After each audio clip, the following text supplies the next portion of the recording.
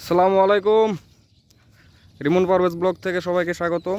আজকে আমরা আসছি গ্রামীণ প্রাকৃতিক দৃশ্য দেখাতে।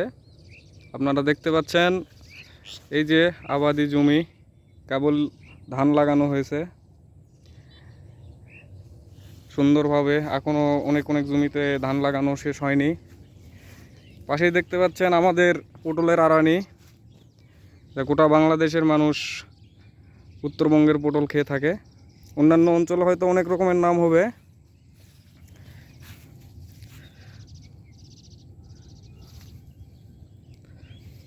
দেখতে পাচ্ছেন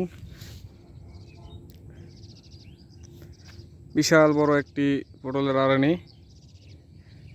আপনাদের অঞ্চলে কি নাম বলে অবশ্যই কমেন্ট করে জানাবেন। সুন্দর মনোরম পরিবেশ, বিকালের আবহাওয়া।